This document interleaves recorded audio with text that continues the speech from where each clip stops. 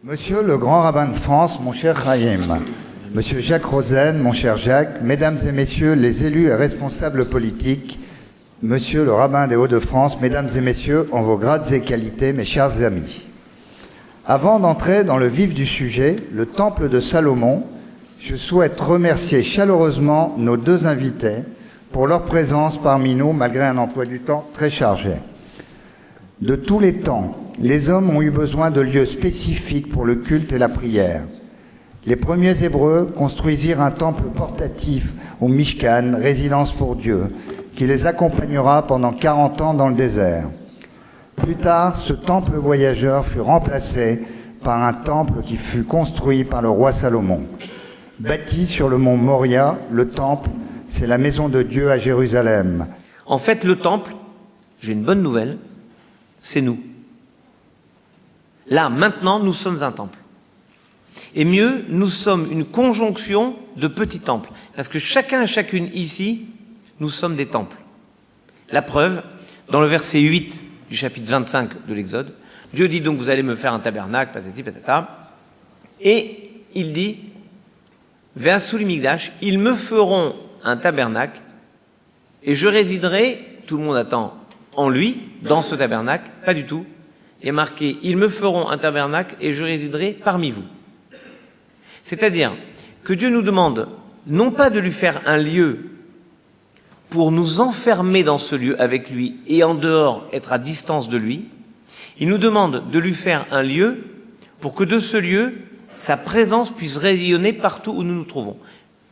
Toutes les mesures dans le tabernacle, et elles seront les mêmes, en tout cas pour les objets dans le temple de Salomon, sont données en coudées. 1 coudée, 2 coudées, 3 coudées, 10 coudées, 5 coudées, voilà. Sauf pour l'Arche Sainte. Les mesures sont en coudées et demie. 2 coudées et demie, 1 coudée et demie. Pourquoi les demi? Donc je vous ai expliqué que l'Arche Sainte avait ses barres qui étaient en permanence sur elle. Et donc dans l'Arche Sainte, voilà, vous voyez l'image à gauche, le dessin à gauche là-bas? Voilà, ça c'est l'Arche Sainte. Donc il y a des barres qui dépassent de la caisse, si vous voulez.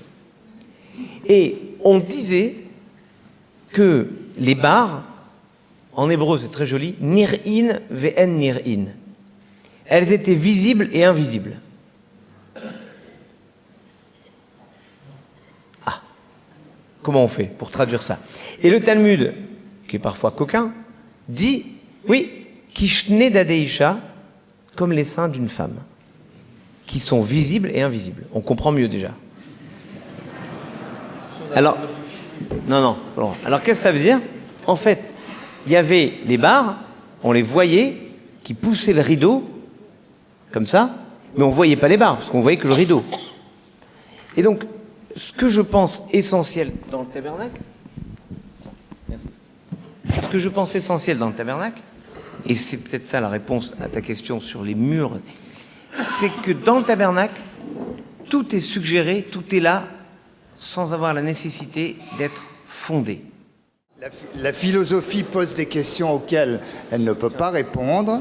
La science pose les seules questions auxquelles elle ne peut répondre. Par contre, j'ai les 1000 questions de Proust que tu feras répondre à tes amis. Et voilà, je prends soin de lui et je lui achète une écharpe pour qu'il n'ait pas froid.